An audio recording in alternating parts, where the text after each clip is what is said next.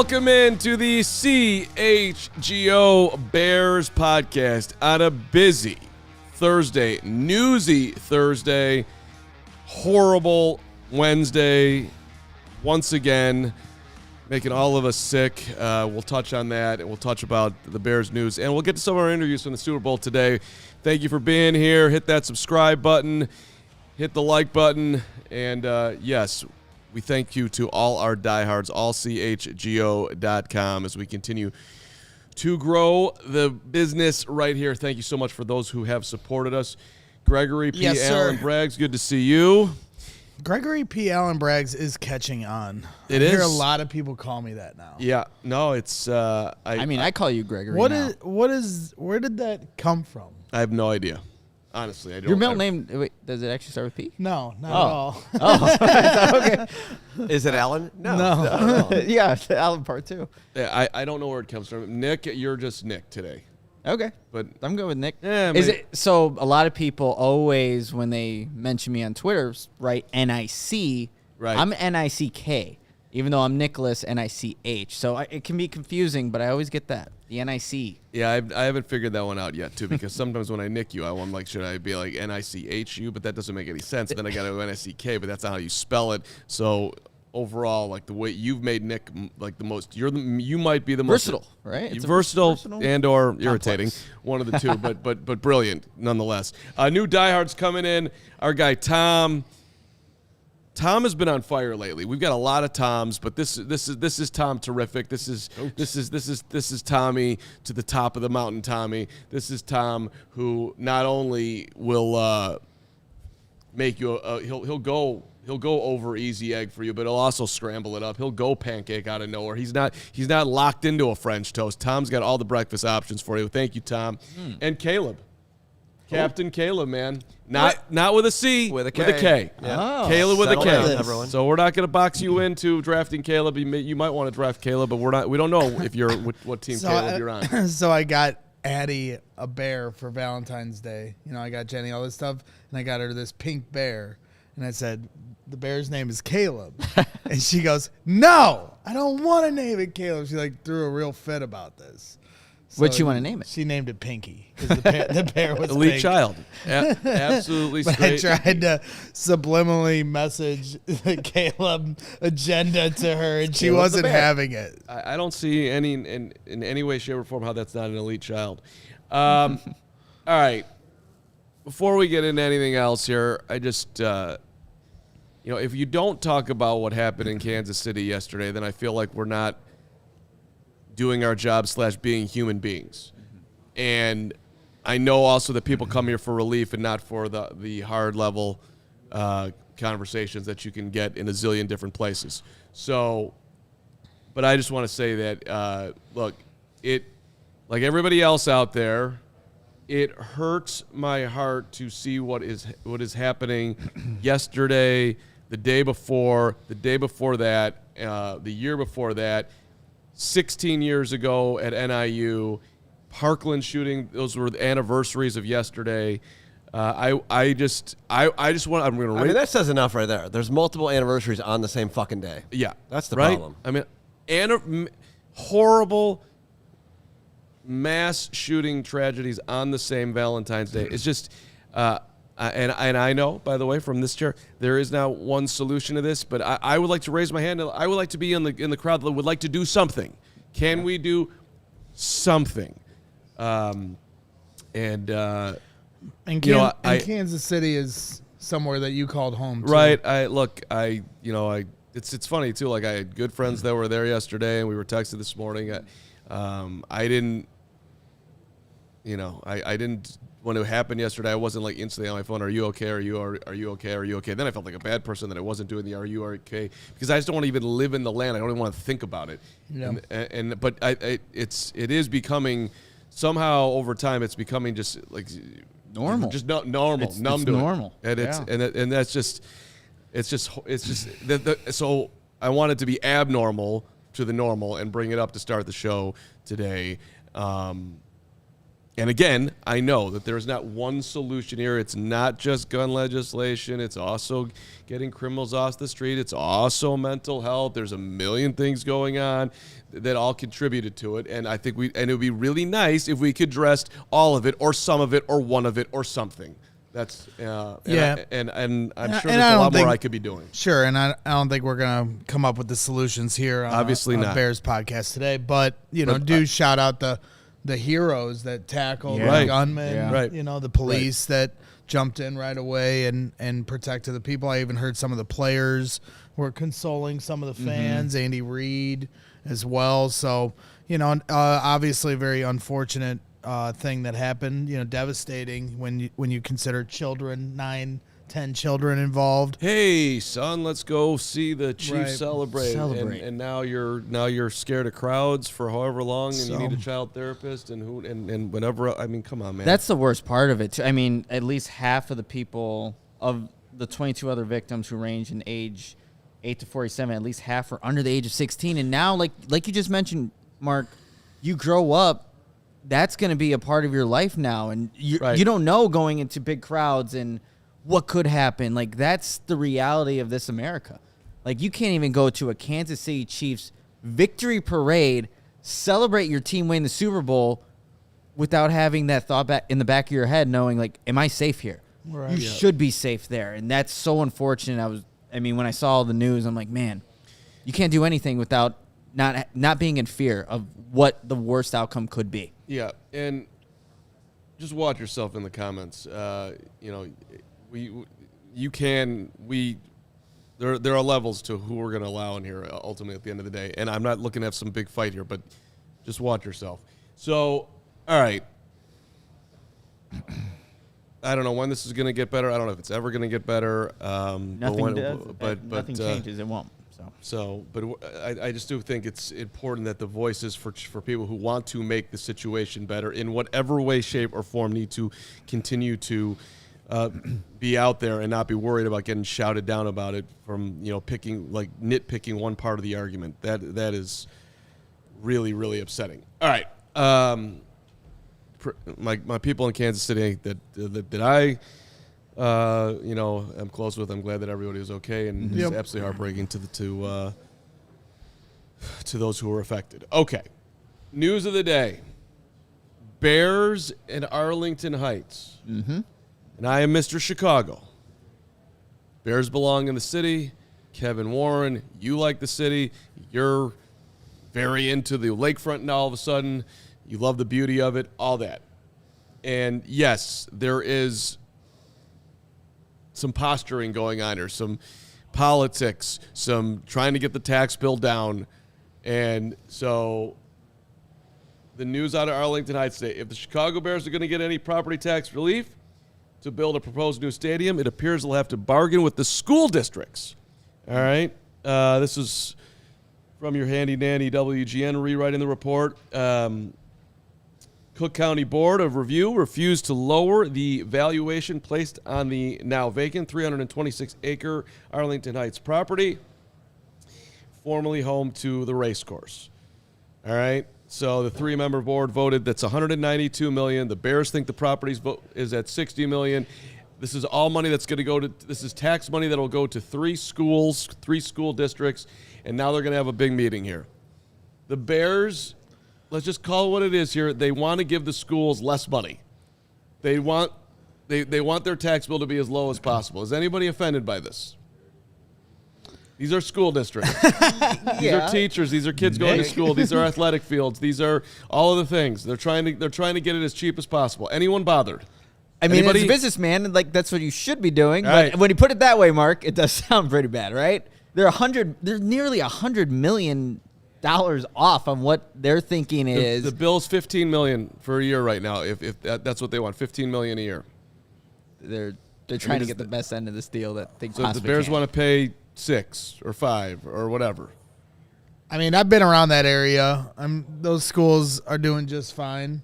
I think there's other schools in Hey, Chicago Waukegan. that probably could use that money. So I'm not really having much of a bleeding heart for those schools. They'll be all right, But now, if you want to transfer that money and put them to schools that could use it, put it to better use, that might make some sense, but I'm not really worried about the schools in Arlington Heights. We went to the town hall a year and a half ago. Did you think that was a bad school? Isn't that when you guys became best friends? That's when we became best friends. That is when we became best friends, today. just like we did again this morning. I mean, I get it. I get your overall sentiment. I'm just saying, like, Look, I don't know the red tape posturing that's going on here, so I'm not going to, like, according to the Chicago, will somebody please think of the children of Arlington Heights? You know what I'm saying? what about Palatine? Can you feel anything for the children of Palatine? No, nothing for them. Listen, this is how they write it. According to the Tribune, the Bears presented the appraisals of the property, one for $60 million, one for $71 million to the Board of Review. 3 suburban school districts, however, Palatine, District 15, Arlington Heights, 214, and Palatine-based Township High School, District 211, had the land valued at $160 million. Look, man, Far gap. Big gap. that's a large. They paid. You paid $100. Why would if you thought the property was worth $60 million? Why'd you pay $192 for it? Does that make any sense to anyone? Nope. They thought you paid $192 for that land, but you think it's worth $60. You paid 3 times over because you just wanted it that bad, or was it actually? Is it actually worth so much damn ass money to you because you're gonna have 300 plus acres of land to create a metropolis that's gonna make you that's gonna enhance the value of the franchise to the end of, just to, I don't know, 1 more billion, 2 more billion, 3 more billion, 4 more billion, whatever it is. You're worried about a little tax bill? If you want to build there, if I'm the Bears, I'm not saying don't make the best deal that you can. I get it. It's business is business. Try to do the best deal that you can, and maybe that's what's going on here. And ultimately they're going to make a deal. But like, for me, looking at it, it just feels a little, it feels greasy to me. And I think in the long run, too, the Bears, they build this metropolis that they ultimately envision, like what they're trying to do, what they have in Minnesota when Kevin Warren was there. They're gonna make that money back. Like, it's not gonna, like, it's gonna, of course. They're gonna make that money back. But I get it from Kevin Warren's perspective. As a businessman, he's not gonna go in there and just, like, fold his cards, right? It's like, hey, let's negotiate here. Let's try to get it to whatever that median is. And obviously, when you're about $100 million off, I wonder how you get to that point, though. What's it going to take for one side to eventually give in, or the Bears to say, "Hey, let's just do this"? But there's stuff going on there. You're a businessman. I am not. You are. Businessman. You have your own network. You are the network. It's true. You are growing. I'm a business owner. You're wearing a Meatball Island sweatshirt. You created Meatball Island. Yep. You've risen from wherever you came from to the prominent person that you are now. But you know how how's this sitting with you, businessman? you know how I am with money. Like, money spend is of it. no object. Right, you I just spend it. You just when spend I go to the restaurant, I overtip. I hook people up. So Yeah. I don't really. Right, so you're a lover. I'm not picking nits. Right. Yeah. You just, okay, this is what's Yeah, the bill. this is what we want. We're gonna get rich. I'll pay the extra just so we Right. don't have to deal with the argument. So I need to get you. Actually, I need. I was gonna say you don't want them. I want the. Heights, Yeah, so. I do. That's right. You know what? You've forgotten. yeah. That's an excellent point. I don't know how I didn't get there originally. This is it. Hey, Bears, Carm here. If they won't give you that property value at $60 million, then just screw them. You got to get out of there. You got to go do it in the city because what are they going to do with that property? You're offering them something. Something's better than nothing. You stick to that and do that because you definitely want to be in Chicago anyway, right? You don't want to be. That was my point at the beginning. Like, I think just being on the Arlington Heights property and having seen it when we went to the town hall, it was. I mean, you could see the potential. That's why I moved there. Nice neighborhood out there. Nice bars. Nice restaurants. I'm there. Like, it's nice out Great there. schools. Great schools. It's could be even better nice out schools. there. Now you put a stadium and Bears Landy out there. The property value on all that stuff goes skyrocket. The businesses are flowing. I need to buy a house. The waters of Capistrano come down from the That's right. the mountains and all things great for Arlington Heights. But that was kind of the point of like why they should stay in the city, because if they left that part of the city behind where Soldier Field currently sits, it already isn't like you would think there'd be, because the stadium is so separate from like the other side of Lakeshore Drive where there's some businesses and stuff. Like it's not as nice as some other areas that surround a city, or surround a stadium, I should say, like Wrigleyville or whatever. And so losing Soldier Field would only make that area go more downhill. So like if you're a fan of Chicago, the city, and I am, yeah, to your point, I mean, as great as Arlington Heights is, to stay in the city is important for Chicagoans, but also for the area surrounding it. So I got to tell you, though, Kevin Warren's comments about it, I'm a little confused. We just really need to have that view of the lakefront. I don't know, man. When I'm in the stadium, I don't really see the lakefront. You're not really paying attention to that. And now and in this new situation, you're talking about putting a roof on the thing. Exactly. So I don't know how I'm going to see the lakefront there either. And if you're talking about the aerial when you're shots, tailgating, when you're walking up. okay, so yeah. I listen. I want him in Chicago. I will be so happy if this miracle, unlikely scenario comes to be. But it's just a little bit like, you could be in Arlington Heights and have that blimp fly over the beautiful lakefront and show that onto the millions of billions of fans that are watching you on Thursday night, Sunday night, whatever night football. And yeah, but if they built a new stadium in South Lot, then they would redo kind of the surrounding area. I think there'd be it would more look to super it. cool. No, they'd add, a sports book, a restaurant. They'd add things. Yeah. You don't think they would? No, I do. Well, so that's what I'm saying. So like, yeah, you're in the stadium, you can't see the lake at the time, but like, He's just talking about the view, though. right. Well, when you build out those other things that are like pre-game routine, that will be by the lake. That will be on the Maybe he's where talking the about skyline. looking out the backside of his So skybox. when you're sitting in the DraftKings sportsbook, or whatever, like they're there'll gonna be a little window you could see. Lake You could see the Michigan. Lake Michigan, the waves coming in as you The put money's down your money. flowing. Sure. Yeah, why not? Oh, you're exactly right. Yeah. We need that. Yeah. We need that on this right there Kayaks. in South kayaks. Why don't we? That was another thing. December. That's another thing that he said about the lake. It's just a beautiful lake that you could swim in. Swim in. Swim. Is Kevin Warren going swimming in Lake Michigan? Is that part of his polar plunge? Are we going to see Warren at the polar plunge? How many people swim in Lake Michigan? I mean, a lot. You can swim in Lake Michigan. When's the last time you swam in Lake Michigan? I'm not a lot of people, but Okay. a lot Has of people. anybody do here swim swam in Lake Michigan in the last 10 years? No.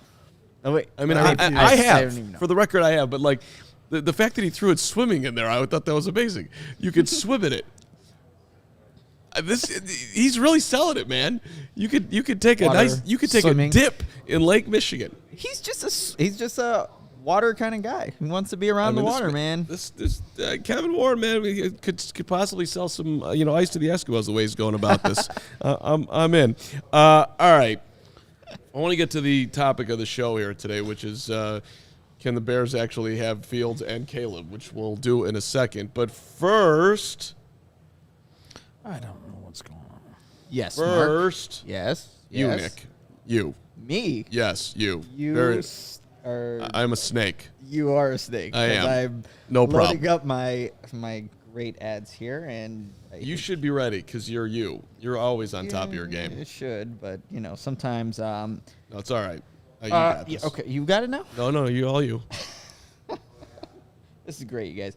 I just got to tell you about Prize Picks. Thank you. And, when we were at the Super Bowl, I mean, I'm sure you saw a bunch about Prize Picks. It's the largest daily fantasy sports platform in North America. We are the easiest and most exciting way to play.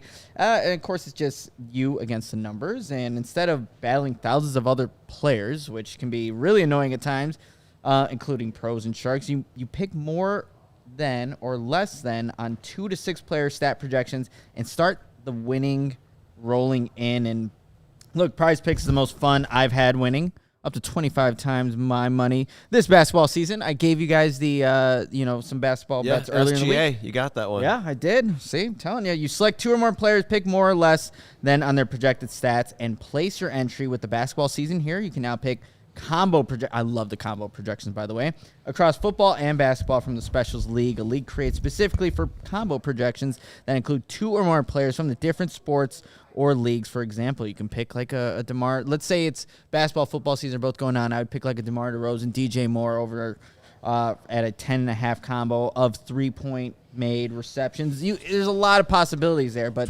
That's the 24-6 last night for DeMar. See, there you go. And that's why you Not enough. want to get on the Prize Not Picks. No? Okay, well. It wasn't enough last night. It wasn't enough. No, it wasn't Not for the enough. Bulls. But it was enough to probably make some really good bets there. But look, you got to go to prizepicks.com/CHGO and use the code CHGO for a first deposit match up to $100. That's prizepicks.com/CHGO and use code CHGO. Daily fantasy sports made easy. And let's shout out our friends at Empire Today. With Empire Today, you get shop at home convenience, the right products for your needs, quick and professional installation, the low price guarantee. And as you see, if you're watching on YouTube, at $350 off if you use the code CHGO. Empire has a virtual floor designer, which is a great way to see how the new floors will look in any space. It's easy just to snap a picture.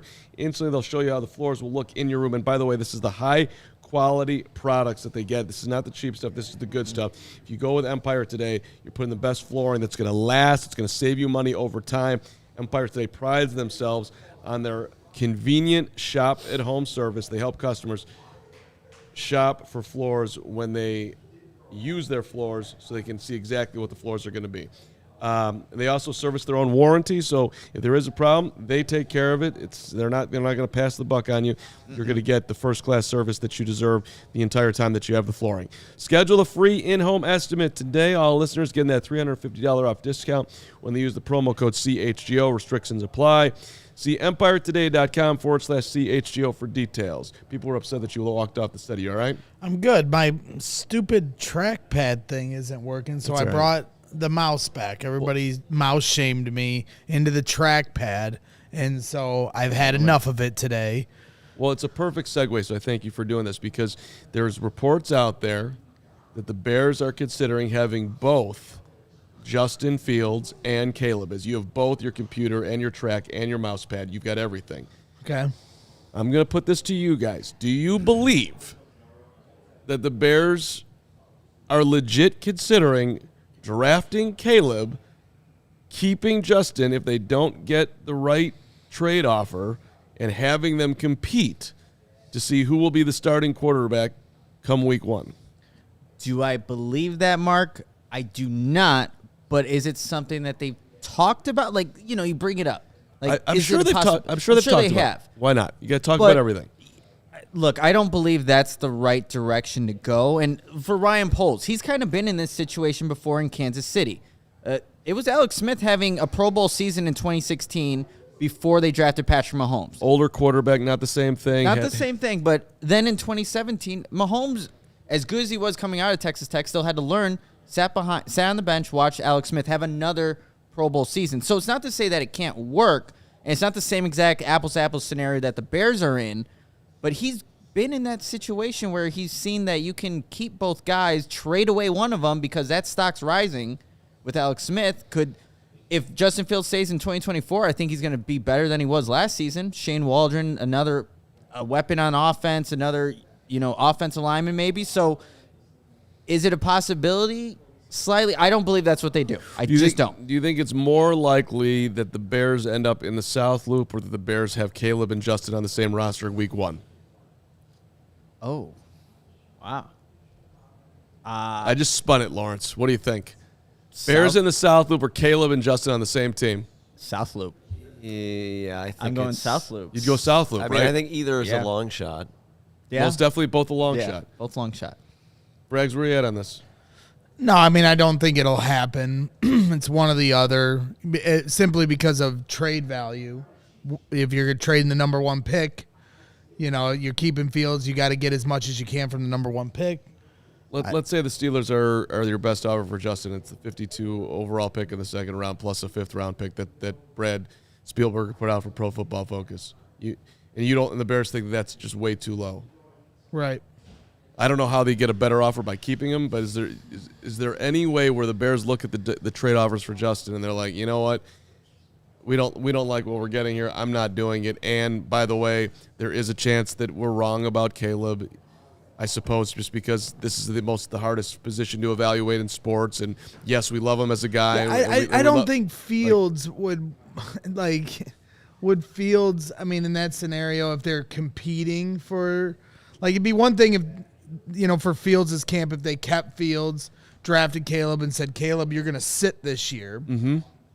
But if they're saying you're going into a quarterback competition, Fields will be like, screw you guys. Like, why would he want to do that? Well, he's a competitor. I mean, I feel like he could take it that direction, but he's also be like, this number 1 overall pick's going to take my job? Like, I feel like with Fields, like, that's all his teammates talk about. That's all everybody else talks about him, his opposition. Like, this is an ultimate competitor. Like, he's going to want to go into camp and prove people wrong. So, I don't know. Maybe it could be that direction, Braggs, or it could be where he owns it and, like, I'm going to keep this job for as long as I can, keep the rookie on the bench. But then again, we know Kevin Warren values playing rookies. So I don't even think the Bears would even consider keeping Caleb Williams on the bench if they draft him at number 1 overall. So we've had 2 examples from our guys in our front office where this has happened. You've had Kansas City with Mahomes and Alex Smith, which obviously is a different situation than this. Alex was more of a veteran, but they were coming off an AFC championship game. They told Patrick Mahomes to sit, but Ian Cunningham comes from Philadelphia, where they had Carson Wentz, and then they drafted Jalen Hurts. And Carson started out the year, but didn't last very long until Jalen eventually took that job. And by all accounts, Carson didn't take all of that very well. I heard Josh Lucas was on with Bill Zimmerman, did a podcast where they thought bringing Justin in around veteran quarterbacks Andy Dalton and Nick Foles would be good for him, having a couple veteran guys surrounding him with Matt Nagy. Completely different stuff. Completely different, but I'm just, as far as examples that are tied to the Bears, that didn't go well. Nick Foles was kicking up a lot of dust. They started Andy Dalton. They gave QB1. Justin a lot of third-team reps at camp, which I was vehemently against at the time. Right. Andy Dalton eventually gets hurt. Justin Fields comes in, didn't have enough reps to be fully prepared for the Matt Nagy experience. Matt Nagy eventually almost tries to get him killed against the Browns. So, there's no one clear-cut way of how you handle this with a rookie quarterback, but just from my vantage point, if they're going to draft Caleb, they're going to get what they can for Justin Fields and do right by him in a lot of ways and let him go be a starter somewhere else. I mean, it's multiple people that are speculating this. Now, Jeff Saturday is not exactly Mr. What's that? Former head coach? Yeah, well, right. And it hasn't necessarily been Mr. on the money, but this is being talked about. Look, Ian Rappaport and Schefter have mentioned this too as a very unlikely, but like that the Bears have discussed this, which falls under the umbrella of you talk about every single scenario. So sure, it's been discussed. Yes, it's highly unlikely. C, it sounds completely insane. D, I don't think it's going to happen. E, look, I just, the one part of this that I think which makes it like remotely possible to me, because I think that Justin is such a quality, non-pretentious human being. I don't see him throwing a huge fit. If the Bears were completely off the board and they did this, I don't think Fields would force his way out of here.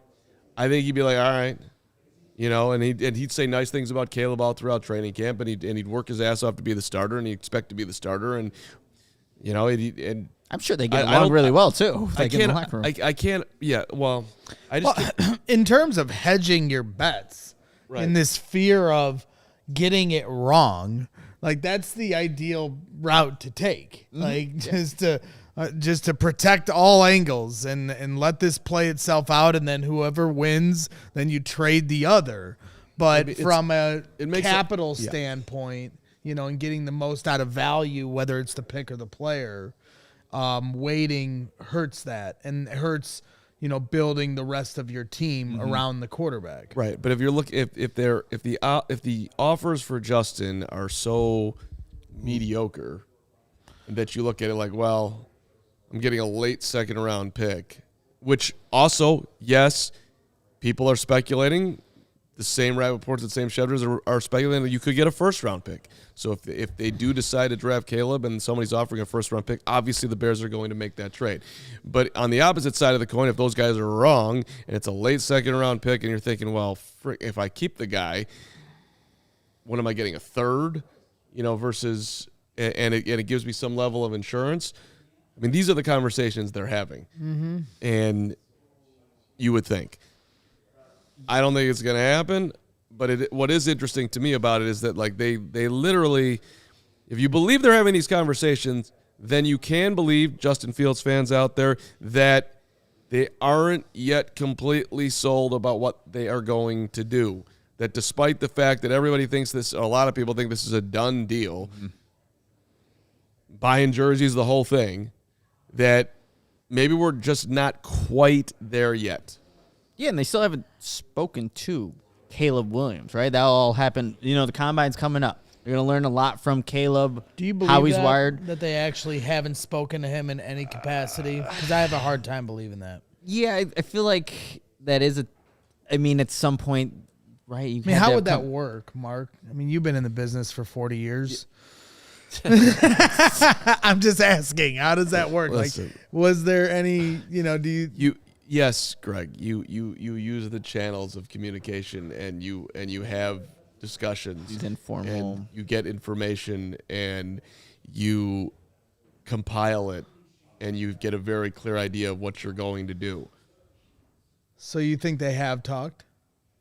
No, I don't. You don't think they've talked?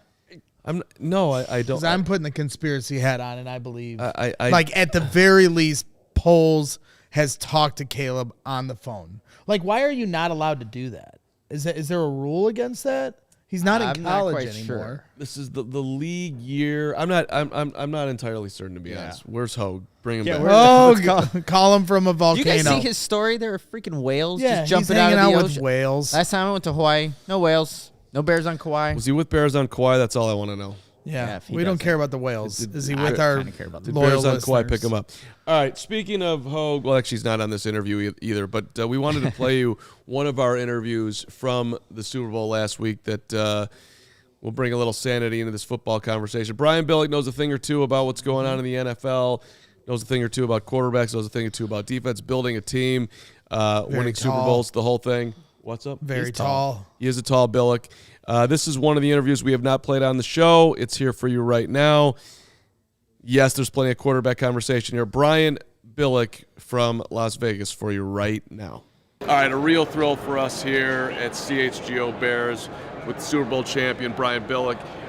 So everyone in Chicago who wants Justin Fields to remain the quarterback in Chicago says, hey, look at the Ravens, look at Lamar. Why can't Justin be that? Good question. So what do you think?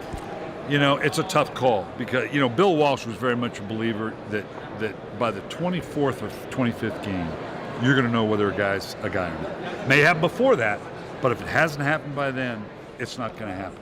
I don't know where Justin's is on that. Past that. There's no reason why he shouldn't be, but the fact that it hasn't shown up yet. Now, the hardest thing to do is to separate the play of a quarterback from what's going on around him. How much is him? How much is it the system? How much is what's going on around him?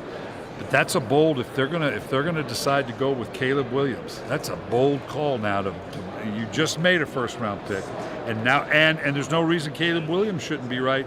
But 50% of the guys that are taking the first round are gonna bust. Well, you look at it. I mean, it's basically the two worlds against each other. The 49ers team built around the quarterback versus the Chiefs, who it is the quarterback. And so it's a quarterback league. You got to have it, and certainly you don't have to. It doesn't have to be a Hall of Famer. It doesn't have to be the GOAT, but he's got to be pretty good because we're so deep in great quarterback play. So even the guys you're looking at right now, there's absolutely no reason why Williams and May or Nixon, all those guys, there's no reason why they shouldn't be good pros. But there was no reason why Justin Fields, Bryce Young, Baker Mayfield. I mean, the list goes on and on. Sure. There's no reason those guys, they were legitimately pegged as pro quarterbacks, franchise quarterbacks. 50% of them failed. So that's the dice that you roll. Do you think the Bears now it's going to be the third year for Matt Eberflus. You had a tear-down year, and now you had this 7-10 season. They lost 3 games that were hard to lose, but they lost all of them.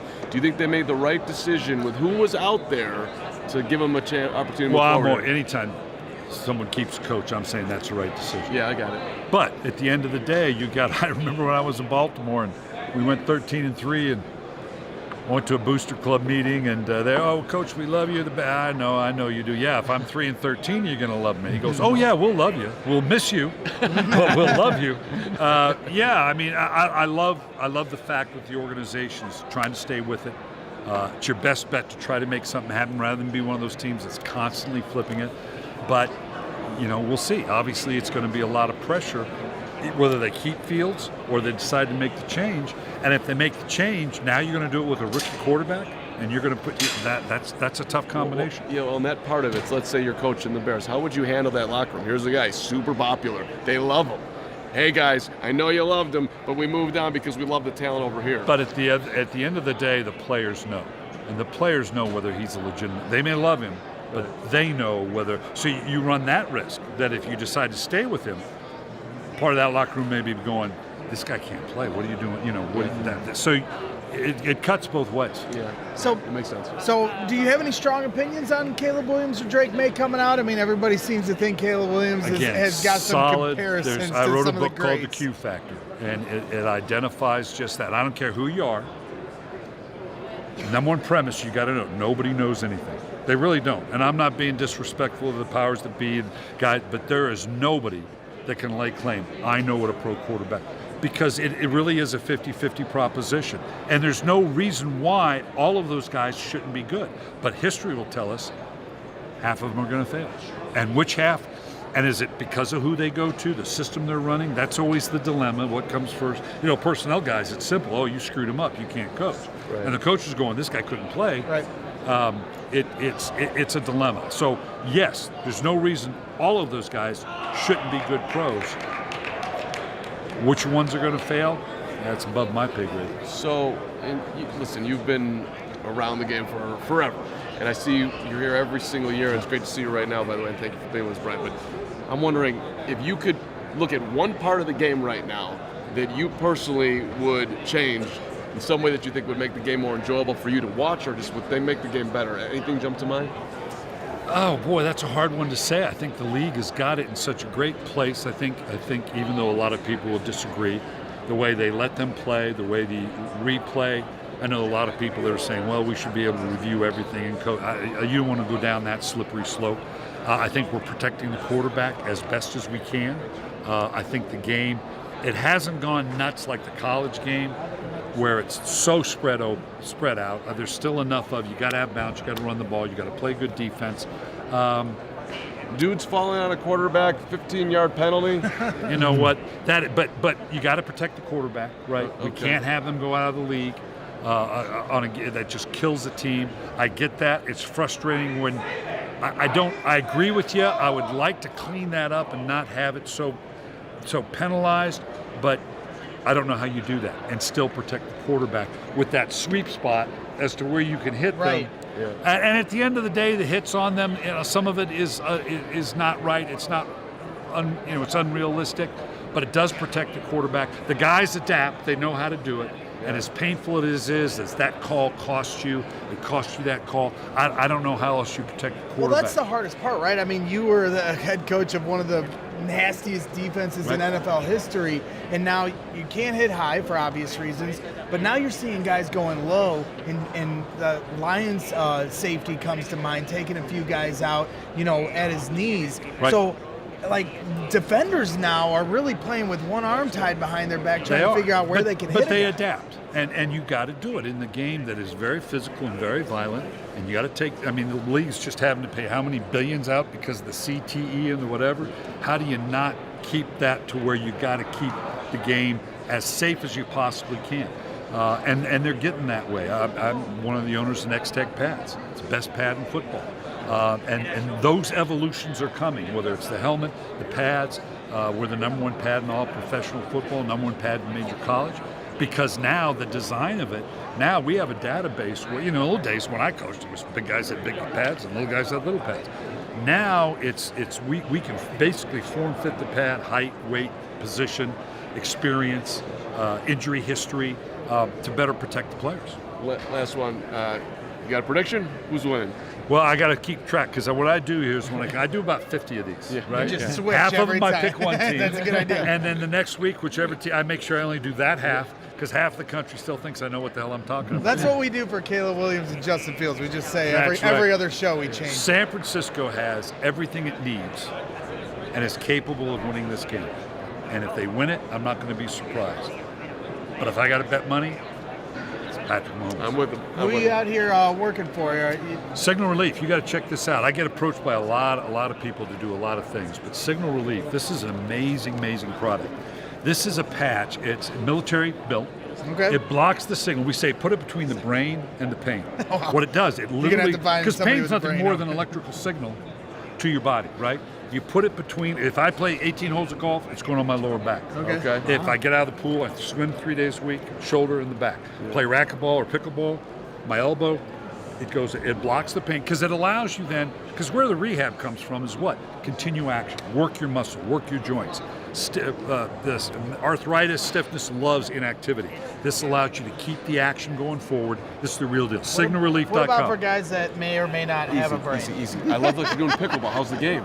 I've kind of given it up. Okay. When my orthopedic surgeon told me pickleball is the greatest invention in the world because I'm making a fortune off it. Okay. People are falling Yeah. or whatever. So I'm addicted to golf now. Okay. Yeah, hit the links. Brian, appreciate it. Brian Billick got it right. Took the Chiefs. Smart man. Deep logic, like we all had. Patrick Mahomes. all took the Chiefs. We all took the Chiefs. We're good. We're all right. We're all very smart. It's a brilliant operation.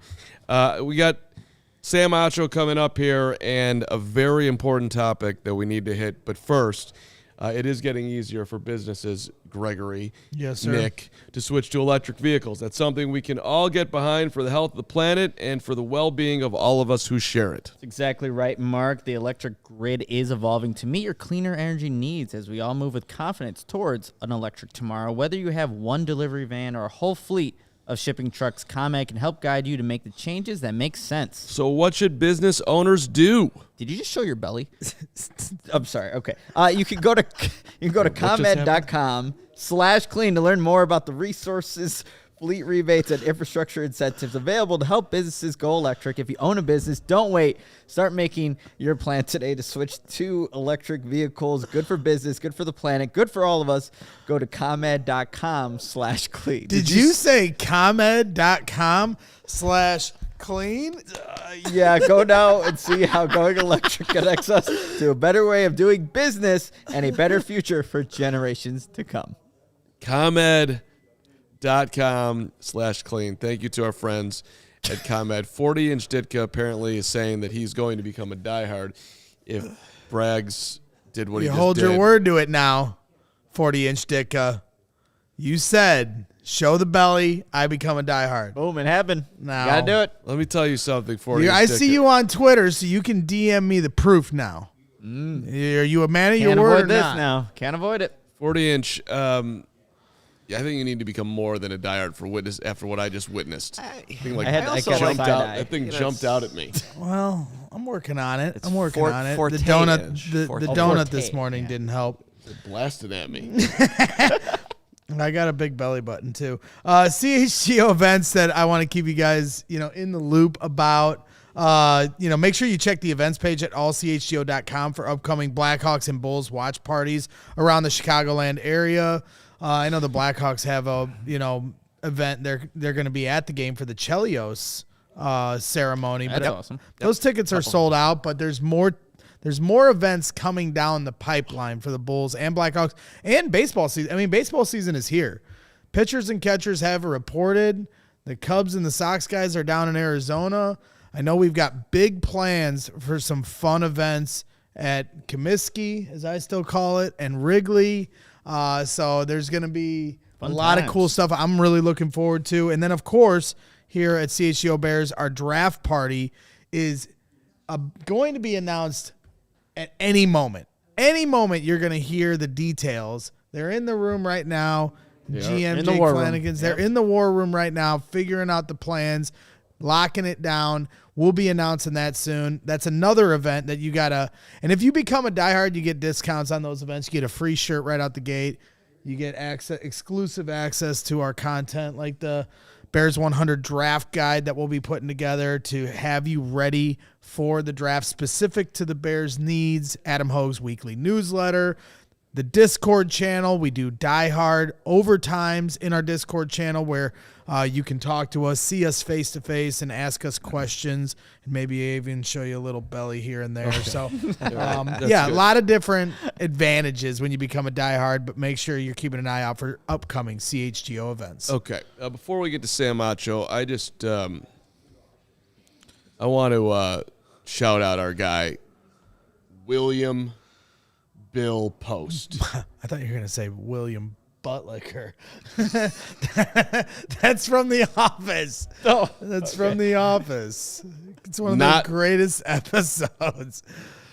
Okay. It is. It's one of the greatest Office episodes ever. Keep your stuff tucked in over there. Stop talking about William Buttlicker. yes, and talk about William, a.k.a. Bill Post, the inventor of the Pop-Tart.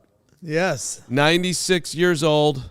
amazing. Has left the building, passed away, and I'm thinking about the great contributors of all time, Lawrence. Like if you go all the way back to Benjamin Franklin, Yeah. man who invented electricity, figured out things that no one could figure out, but somebody might have figured out after Benjamin, versus the dude that went Pop-Tart. Yeah. The fact that you could put a pastry in a toaster with a fruit filling to Or cinnamon. or cinnamon. chocolate. Exactly. There were the four originals. Do you remember what the four originals were? No. Nope. Strawberry, blueberry, brown sugar. That's the one. I'm sorry, brown sugar, cinnamon, excuse me, and apple currant. Brown sugar. This man has been in the kitchens The of all of our kitchens.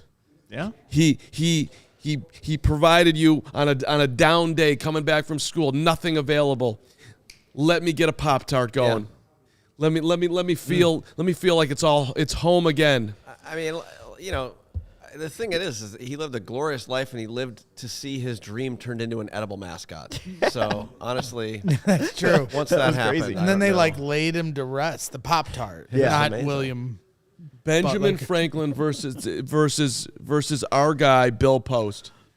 Well, to be fair, Post greater than Franklin. Post wouldn't Mub be able says to. I look like a guy wearing that would eat Pop-Tarts, and I do. I get.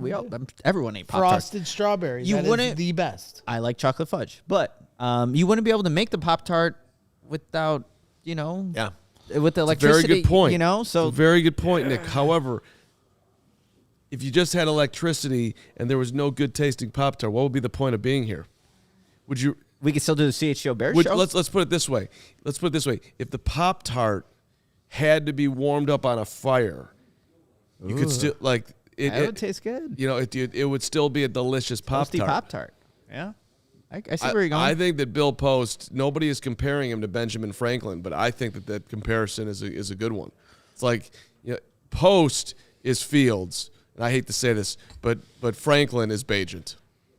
I mean, you need Bajent. He's there for you. But Post is the guy. Can I hit play on the outro? We interview might already? just have to Good Lord. Philip Pizzatola. If I had $1 for every one of Carm's stupid takes, I'd be the Duke. That's a good call. That's good. Pop-Tarts good. Pizzatola, they debuted in 1964, and today, in 2024, 3 billion Pop-Tarts a year strong. I'm going to have a Pop-Tart later today. Pop-Tarts, Post, Bears, Sam Fields, Acho. Acho.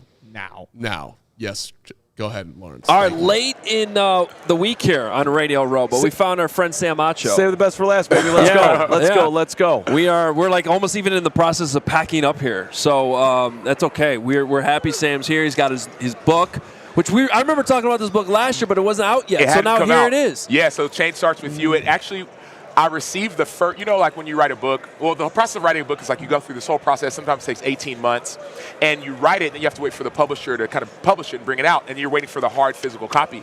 I actually got the hard copy first time I ever saw it while I was at Radio Row last year, but the book wasn't out yet. So it came out since then, and it's really about just trying to be a change maker in your community. And so, I mean, we were joking, but like you guys, we were trying to figure out how to get in and get out like last minute, but it's really a book about like if you want to make a change, whether it's with social justice, right, some of the work we did in Chicago, whether it's in your family as a father, as a husband, as a mom, as a teacher, the change starts with you. And the subtitle talks about following your fire to heal a broken world. We all have different fires in our hearts. Sometimes they've been they dissipate. Other times they're burning fuel. So we want to like get that fire burning again. That's what this book's all about. So it's available anywhere you get books, Amazon, and yeah. I mean, you've had a huge impact around Chicago, putting up supermarkets, right? And yes. All the things, man. So, I mean, it's not about you. It's about giving back, but it's got to feel good to have the impact that you've had and will have. And we talk about it in this book as well. Even the reason why I wrote it was that there are a couple different organizations, different companies, different schools that were saying, hey, we heard about what you did in Chicago. You built this food mart, this food desert. How did you do it? And I would do interviews and talk to people. And then finally my wife was like, hey, how about you actually write about it and have a blueprint for people who want to make a change? And maybe it's something like a food mart. We had an 11-year-old girl who gave $14 because she had a little bit extra from the work that she was doing. And someone said, man, if she can give 14, I can give 140. Mm-hmm. And that was kind of the mindset of like, hey, bring what you have. Maybe it's money. Maybe it's an idea. Maybe it's a partnership. Maybe it's mentorship. And that's the change that can just ripple for the entire generation and the community. Well, you've done so much good stuff, and I know the Chicago community Community appreciates is the word. Yeah, it's obviously needed too. Different community. Yeah. Krista and I went to Austin. In December, and I'm walking through the Hall of Fame there that they have. Really nice Hall of Fame, and there he is on the wall. Of course he is. Number 81. There it is. Sam Acho. Yeah, it was cool. So last year, or I guess it was 2 years ago, I got inducted to the University of Texas Hall of Honor. But the point of that or the Hall of Fame, the point of that is that while I was playing, I didn't even know I was going to be good. I mean, I can imagine earlier in your careers where it's like, hey, you're trying to figure it out, and you see all these guys. I didn't know. I was playing with guys like Colt McCoy, guys like Brian Arakpo, guys, Alex Okafor, I'm trying to think of other names, Kenny Vaccaro, Earl Thomas. I didn't know if it would translate. And fast forward like day after day, moment after moment, you get better and better, you get worse and up and down, all the things. And then fast forward 10 years later, you realize you made the Hall of Honor. And I'm sure it's one of those things where, I don't know, people go through a lot. And, I mean, even life, I've gone through a lot. We all have gone through a lot. And when you're in the middle of it, in your midst of it, you don't realize it. And then sometimes you get on the other side, you're like, oh my gosh, like maybe I'll get the honor or the recognition, maybe I won't. But I've been there before. I've been through something. I can go through it again and come out on the other side. Well, in that line of work, the margin with you guys is so thin. And if you're not like the guy, how do you get to be in the mix to get a shot and then end up in the NFL and have a career and make money and live your dream? It's hard. I mean, to your point, so the margins are thin. There's a story, I don't know if I shared this with you all before, freshman year at Texas, and that was right around time. They just won a national championship back in 2005, Vince Young, the whole thing. And there's about 21 people in the recruiting class. And we had a guy by the name of Cleve Bryan. He actually passed away, but his wife, Jean, was our academic counselor. He was like the right-hand man of Mac Brown. And he sat all the freshmen after practice one day. And he said, just like this, 3 of us sitting, but it's like 21, right? He said, each one of y'all, I want you to look to your left, look to our left, look to your right, look to your right. He said, out of the people that are in that little circle, only one of y'all is going to make it to the NFL. The other one of y'all is probably going to get kicked out, and the other one's not going to make it to the league. And so I just want to level set expectations that this thing, the NFL dream, is not guaranteed. Now, mind you, to have 7 players in the NFL from a college team is pretty. Yeah, I was going to say that. Right. And mind you, I said it was like Vince Young, right? But I was like, I remember hearing that and saying, I like my odds. Because I knew I'm not about to get kicked out for anything, right? And no, I may not be I was a 3-star recruit, may not be the biggest, fastest, strongest. I mean, you shoot baseball, 33%, 333 is a good, is a good batting average. And so it was this idea of like, yes, an opportunity, but then once you get it, what are you going to do with it? So like study hall, extra workouts, all those things. Like you'll have a great opportunity here. Once you get it, what are you going to do with it? Well, that's where people ultimately or hopefully learn the lesson at some point. Your biggest obstacle in life is you. Bingo. Period. End of story. You are up against yourself. So how do you compete with whatever the demons or just the part of you that just wants to lay down, take it easy, enjoy the moment, not look to the future? That is a very tough thing to understand and be able to push through. And the greats have it. And the part that doubts. Yeah, that too. I mean, that's the hardest part for me of like, man, you've done all these things, but there's still this doubt and fear, and sometimes there's shame, and sometimes there's, depression or disgust, all these things. And it's funny, you talk about so boom, change starts with you. The stuff I write about in this book, I need to listen to myself. Of course. You know what I mean? And it's like in times when you're down, like that's what I hope this book is. That's why I brought it. It's like I wanted people who are like struggling and who are down, who are maybe like going through a season of like, man, I don't want to get up right now. Or I don't have a dream anymore. Or like, man, like my show's not rating the way I want it to. How come everybody else is rising and I'm not? Right. Like, that's what this book is all about of like, hey, like you could be the answer to somebody's prayers. If you actually like stand up and get up and like start believing in yourself again. Maybe Adam, you need to be an encouragement to your co-host. Like maybe that's what needs to happen. And then all of a sudden, I should do that. I'll take that. I should. Thank you. Yeah, because we never know. But all of a sudden it's like, oh man, I needed you that day. Yeah. Right. Yeah. And then all of a sudden, boom, fast forward 10 years later, you're in the Hall of Fame and all the things. Right. Mistaken beliefs. We all have them. So how have you kind of channeled this to your new career? I mean, you're all over at ESPN. You're doing great work. A lot of college football studio work. This season, and I'm sure it comes with its own challenges, travel, being away from the family, and all this stuff that you probably didn't think about when you were, just a player and like looking at people in the media, maybe thinking about it. And by the way, the first time I ever talked to you in Bourbonnais, I was like, this guy could be in the media, 100%. I'm sitting here talking, and I was walking in with Sam. He's doing a radio, and I'm like, this dude is better than you. You should be doing NFL games for real. Is that an aspiration for you? Well, I've done a lot of. I would love to. And what I'm super excited about is I've done a lot of college games. I'm excited this year again. I'm going to get a chance to do now. It's the UFL. What was the XFL? And for me, I just love being around, not necessarily the game, but around the players in the game, like the people. Like you talk about being in Bourbonnais. Like maybe as weird as it sounded, like I liked seeing you guys because like we're grinding. It's every day, but it's like you see another kind of familiar face, and then sometimes you maybe read the story, sometimes we don't, but we know, hey, this person's kind of in my corner. For me, when I get a chance to call games, even when I was doing with the XFL, I would go down.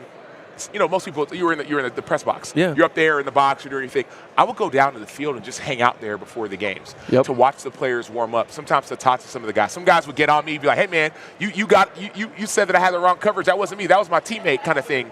But the relationship. So I would love to call more games in the NFL. It's funny, I haven't been to a Super Bowl yet. I said when I was playing, I'm only going to go if I'm playing in the game. I'm not playing anymore, so maybe I go when I'm calling the game. There you go. That's a good goal. I feel what you're saying, though. One of my favorite things about doing Northwestern sidelines was just, compared to being up in the press box with my computer, just being down there in the action, but not just during the game, but pre-game, like you're saying, and just like the things you see, the things you pick up on, the conversations you have, and like you're saying, the people you just see them in a different environment. Even this in Radio Row, we're talking to DJ Moore today, just very relaxed, not even having an interview, just like you're seeing guys. You get out of that locker room sometimes, and it's just like, oh, we can be normal human beings. Yes, and we don't see that. We're going to see each other. What is it, Lifetime? A couple years ago, and it's like, oh wow, you're human. Yeah. It's not, this big bad football player or this reporter or this guy with this power. It's like, no, dude, you're a human being, right? We were walking it out. We were walking in together, and you were hearing stuff, learning stuff. I was like, dude, this guy got up out of his chair, ran to find me. You know what I mean? And so, that means a lot. That stuff means a ton, so I appreciate it. It was absolutely our pleasure, and my pleasure on that one. I did that one myself. It was my pleasure. Here, let's give the Bear conversation. What do you think the Chicago Bears should do with the number 1 pick?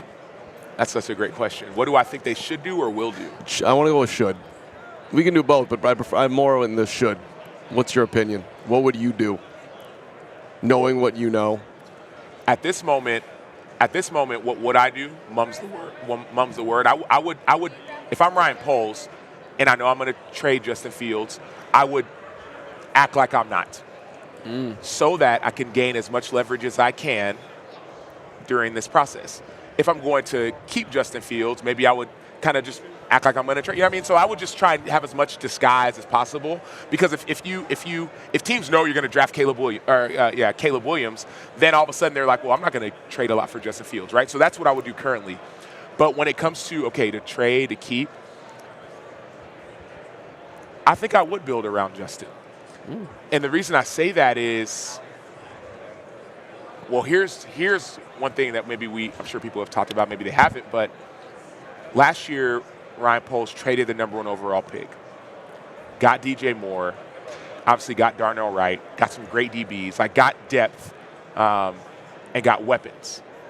This year, let's say the Chicago Bears can trade the number 1 pick again, and you can get, whether it's Marvin Harrison Jr., right? Because obviously Drake May is up there, 1 and 2, right? You can get another first-round pick next year. Who knows what you can get? A lot. Now the question is, well, is Justin Fields going to be enough? Right. But if you give him a DJ Moore and you give him a Marvin Harrison Jr., obviously Cole Kmet had a really good year this year, right? You can continue to improve the offensive line, then you'll see. So I think that's a win. Now the other win, hopefully I'm not being double-minded, talking out of both sides of my mouth. If I'm Justin, I don't mind if I get traded. That's the part we don't talk about enough. That's really the piece. If I'm Justin, I played in the NFL. At the end of the day, I want to start. I want to be the starter. I want to make all this money. You want to go to a place where you're wanted, and you want to go with people who trust you, period, and who you can trust. And if you're not wanted in a place, if Justin's not wanted in Chicago, great. Let's go to Pittsburgh, where somebody actually wants you. Go to Atlanta, where somebody wants you and needs you and can build around you. It could be a win-win. Roquan Smith, right? Yeah. I was talking with Ryan Poles. Ryan Poles wanted to keep Roquan. He did. But Roquan wanted to get all the money, which is rightfully so. Yeah, he's one of the best linebackers in the NFL. Right. It was a win for Roquan to go to Baltimore, right? A game away from the Super Bowl. I don't know if you could say it was a win for the Bears, but you say, okay, trade value, whatever. But my point is, it can be a win-win, right? Justin Fields can go win in, I keep on saying Pittsburgh because I know they have a great defense. You can say Atlanta, give me some other teams, right? But you can win there. And then the Bears can build around Caleb Williams. They could build around Drake. I don't think they're going to Drake, but build around whoever they want to build around. Right. So I think the other part we're not talking about is, what does Justin want? And if I'm him, I'm not. But I want to go to a place where I'm wanted, and a place where I can actually trust the people. Not that he can't trust them, but it's impossible to put yourself in his shoes. But I guarantee there's got to be part of him right now. It's like, all right, y'all are considering this thing. Get me out of here. I mean, he's got to be thinking that way. That's part of the reason why I think, not just because of how good Justin is as a quarterback, but what you're talking about is part of the reason why I think he wherever he goes, he can still be very successful. Yeah. Because of that dynamic you're talking about. Whoever is going to trade for Justin Fields is going to want him and put him in a position to have success, which the Bears haven't always done. And why aren't we talking about, well, let me not why, maybe I'm sure we're talking about it, but who drafted Justin? Right. Right? So it's different regime. Yep, of course. Not Poles. Not Poles, and not Eberflus. Yep. And if you want to go back, maybe we don't go all the way back there, but sometimes people make decisions that are in their own self-interest, right? Okay, let me get a quarterback I can build around, maybe give me some extra years, right? So I'm not saying that you might have a different vision for a quarterback. You may have a different vision for a team if you're Ryan Poles. And it's no fault of Justin's. Right. So if I'm Justin, I'm just taking things a day at a time, put it that way. And I'm like, hey, if they keep me, that means they want me, and they're going to build around me. That means they're going to get a Marvin Harrison Jr. most likely, or Rome Odunze, right? Or give me Joe Alt, right? Now, imagine having Joe Alt and Darnell Wright. I'm just saying, or imagine both. You know what I mean? Look what Houston did. Houston got offensive and defensive rookie of the year. Would you like Brock Bowers for the Bears? Yeah, 2 tight end set. So Brock is a dog. I'm actually training with Brock. Right? I'm training at Exos in Frisco. He's mainly doing a lot of rehab stuff, but and I've talked to the guy who one of the tight end. Brock is an animal. Yeah. What Will Anderson was doing in college, how he was better than everybody else. That's what Brock is and was even last year, the year before this season. If I'm the Bears, though, I'm saying 3 quarterbacks go off the board early. You're talking about the 9th pick. I'm talking about the 9th pick. 3 wide receivers. Trade back They have the first and the ninth. They go pick. 1 and 9, right? Oh, So they don't trade one. they don't so trade they get one. Caleb Williams. Maybe they at draft. one. Say they take Caleb at 1. Now you're sitting at 9. 3 quarterbacks went off. Roma Dunze is not there. He's 3 receivers go 4, 5, 6. That's what a lot of people are projecting. So now it's like you could take the best. Who was that? Malik. Who was Neighbors, Odunze, okay, and Harrison and Marvin. Yeah. It's tough. I don't think that's a win for Chicago. I don't think having Brock Bowers and Cole Kmet and DJ Moore, I think you need another receiver. Yeah. I think you need a Roma Dunze. I think you need. I mean, I believe it's a deep receiver class. I do too. So maybe get the receiver in the second round, then it's 3rd round, 4th round, whatever. But you got to get it right, and they haven't done that. Well, they could also sign another wide receiver too. I mean, that's the Brock. So people are saying Brock Bowers. And maybe you're trading from 9 down to 14, maybe adding down a pick, taking Bowers, type of. There's a zillion scenarios, but that's one of them. I'm just looking. I'm thinking playmaker and who's the best you can get, and looking at who's going to be there. Your 4th wide receiver or the top tight end, you know.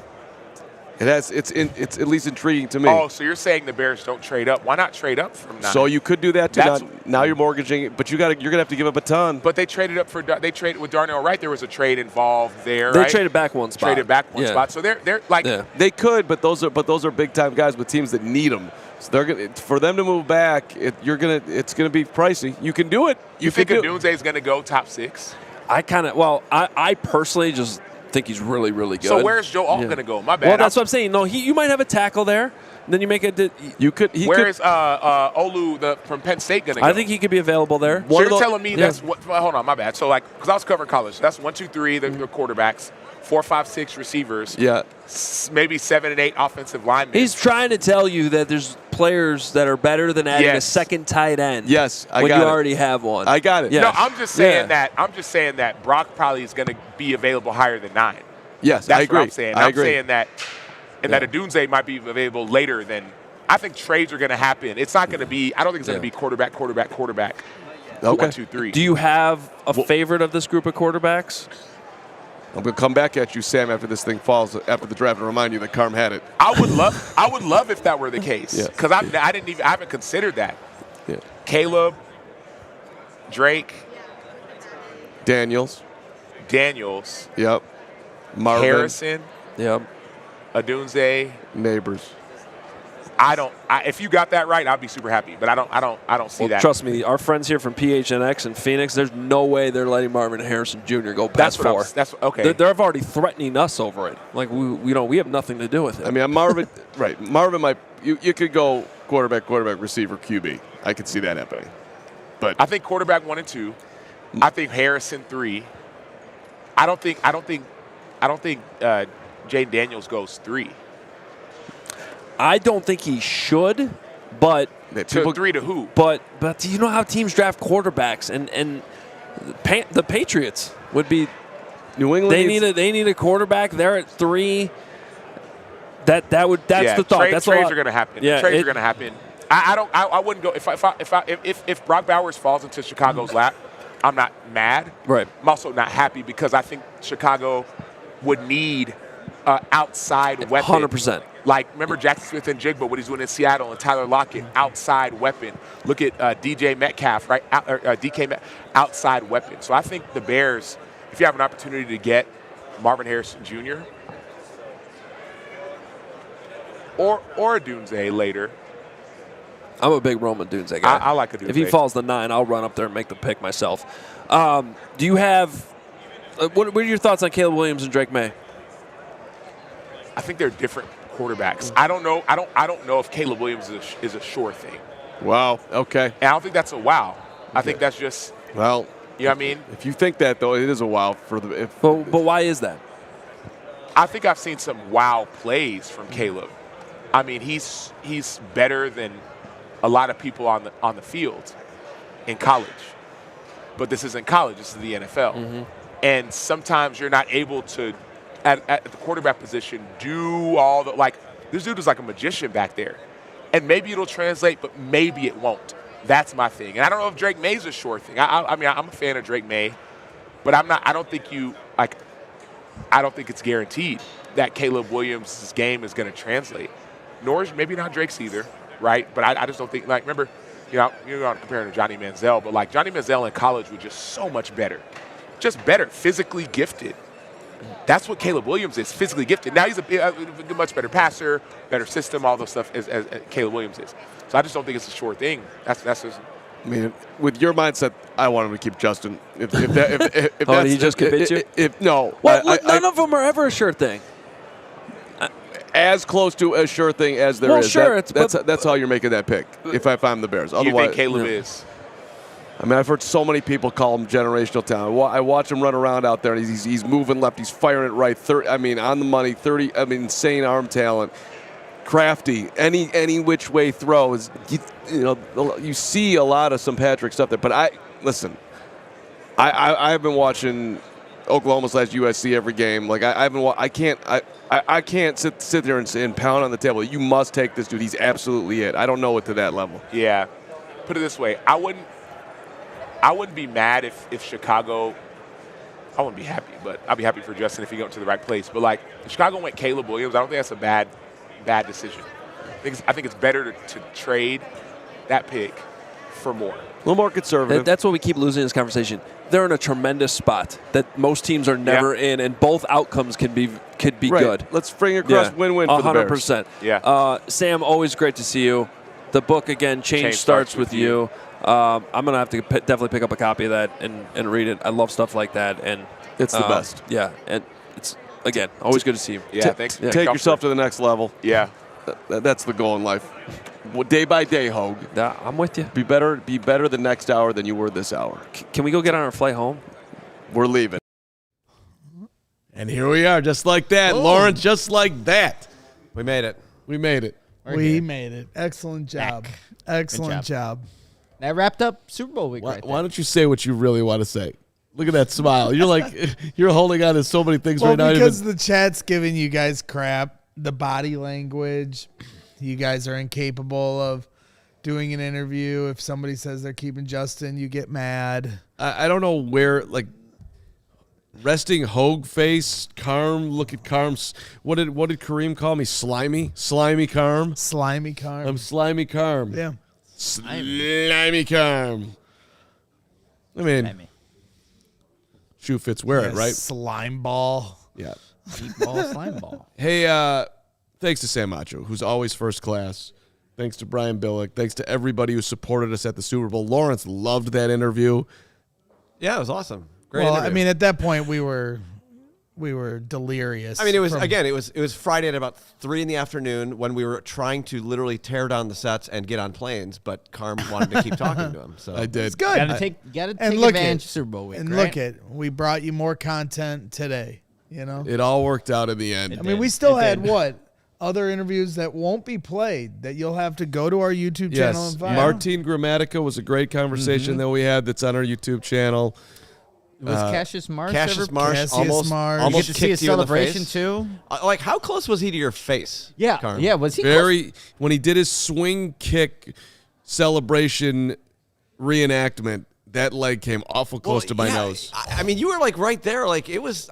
I mean, it's hard to tell because the camera is like on the opposite side there, but like it looked very close to your face. When I was filming that, I'm like, oh God, is Carmen about to be on the ground, unconscious? And then what's from the this other kick? interview? I wish it would have happened. We had Cassius, No, I think those are the two that were Martine, left. and then that was it? That was it. Yeah, we've played that's everything right. else. Yeah. That's Good it. job. So, Yeah. what a Much week. content. What a week at the Super Bowl. Boom. You know, when we clap, you clap with us. I'm sorry. Let's do it again. Okay. Hey, CHGO Cubs coming up. We have a big day for you tomorrow. Nick, Oh, yeah. you and Will are hosting tomorrow. We are hosting tomorrow. You just have to tune in to see what we're talking about tomorrow. No, so. you've got it all planned out. I The know you do. long-awaited return of Will DeWitt. William. Let's go. All right, Super Chats on the way out here. Lawrence, Bear Down Omaha, $2. Can we get It's Not All on Mitch from Braggs? It's not all on Mitch.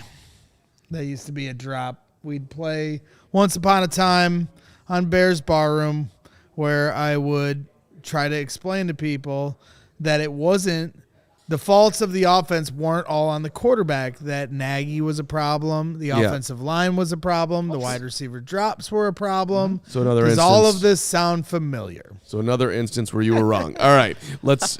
Well, I was wrong, but I was also right. Because, the contention for the other side was that it was all on Mitch. And once they got a quarterback in here. You thought that he'd go somewhere else and be successful, unlike. No, I had given up that dream. You had? At that point? Yeah, you don't remember. We don't have to run it all back. Okay, good. $10 from British Phil Cundy. Pound sterling. I'm a big JF1 fan, but I think we need Caleb at QB, make JF a runner, and use his legs. We know how difficult it is to take JF down. Also agree with Braggs. Bears, please don't overthink the CW choice. So like a Taysom Hill for Justin Fields. I don't know about. I think we're also British Bear Phil Cundy's profile picture where there's a guy in a Green Bay hat is a questionable. I know, I do wish he would crop his avatar a little bit. Yeah, like further, we need. I mean, I'm sure that's a great out. friend of his. Yeah, Because, sure. Yeah, You well, know, he's probably not a good friend, and you got to get They'll him. make wrong choices, because right? like now it's on our show. This guy with a British Bear. disgusting Packer hat. What you described there in your chat is basically you went on and you dated somebody else and you didn't tell who you were dating and you held him around just to make sure to see that your new thing worked out before letting him go. You dragged it out. If you do what Never if they ends draft well. Caleb, you got to let Justin go and let him do his thing elsewhere. Set him free. Set him free. Be free. That was a great analogy by me. That was good. Steve-O, $4.99. Josh Lucas reported that Justin Fields did not take advice from Andy Dalton or Nick Foles and was standoffish, abrasive. Does he have bad character? Steve-O, I haven't seen that, or heard it. and that surprises me. I don't believe that to he be did true. the interview with Bill Zimmerman. He said that Fields was standoffish to those two. I mean, you'll have to go back and watch it yourself. I'm not gonna. That paraphrase. surprised me. I watched some of it, not all of it. But you're not sure exactly what he said. Exactly. Thank you. All right. That would be I surprising. mean, also, if you remember, Nick Foles was the one who was really kicking up the dust that year. He was a pain in the ass. He was a complete pain in the ass. 99 from Big Cram. My guy random, but my friends were having a debate, and I wanted to get your guys' opinion. But what's Chicago's anthem? My vote is still Homecoming. What do Kanye y'all West. think? Also, Nick, got any other shoes for sale? You guys got an Actually, I anthem for might. Chicago? Jordan 11 Gratitudes. I'm kind of tired of them. So those could be on the market. But songs, anthems, anyone? Bulls intro. I was There going you to go. say that too, yeah. I just saw a clip of it, like at some resort. They played it. Jordan was at the resort. They played it, and Mike started smiling, put his hand up. Oh, hell yeah. That's awesome. Bulls intro. How about you? I mean, I had the Bulls intro literally by Sirius, right? By the Alan Parsons Project. Yeah. Yeah, I yeah. had that, Sweet yeah. Home Chicago played. Sweet Home Chicago's in there. You know, it's played at the end of. Come on. Yeah. Yeah. Baby, don't you gonna sing it? No. No. Back to that, and then of course the band Chicago. So many good songs. Saturday in the park. Okay, I'm the I son. think it was the 4th of July. Thank you, Big Cram. People talking. People. Okay. Shout out to Serengeti for Dennehy. Man selling one. ice cream. That's the Last real one answer. from Zachary. 250624. Okay, stop it. You're muted. Thank you. Bring back the bowl cut, Carm. The bowl cut. People were talking about your hair at some point. So Zach do you have wants a you to bowl go You Dumb want me to and Dumber. shorten it back up again? No, he wants you to go Dumb and Dumber and get the bowl cut. Don't do the bowl. Don't do your hair. Your hair's great. Don't do it. I've been growing it out. I've been leaning into it. Thank you for supporting me in my awkward stages as we build a better me. Are you going Nick Wright style? Is that are we gonna like by start of season you're gonna have the Nick Wright? I mean, he is a fairly successful you don't love individual, him. so maybe that's I what I tried should the do. long guy. hair thing though, man. It's a pain in the ass. It's a pain in the ass. It's a pain in the ass. Right, but I put a little light product in there. Yeah, yeah. I do what I got to do. Give you a little extra fluff. I don't have a raccoon on my face. All right, you stop. You're Thank you the for watching today. inspiration. Thank you for everything that you do. Nick and Will are here tomorrow. Hogue back next week. Rags is going to have a great weekend, as am I. Stay safe out there. 1-1 is 2. Thinking about 6 and 2 is 8. Come on, baby, don't you make me late. How to hate. We all silly like the mayor.